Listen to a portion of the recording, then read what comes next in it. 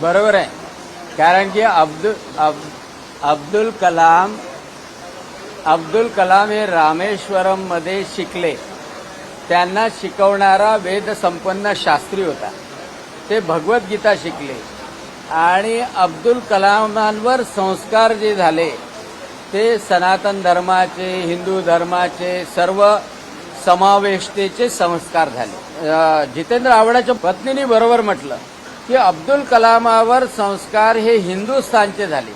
Osama bin लादेनवर कुराणाचे संस्कार झाले. Osama bin लादेनवर sir तनसेज युद्धाचे संस्कार झाले.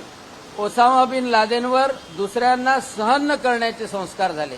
ओसामा बिन लादेनवर सगळे धर्म खोटे आहेत असं सांगणाऱ्यांचे संस्कार झाले.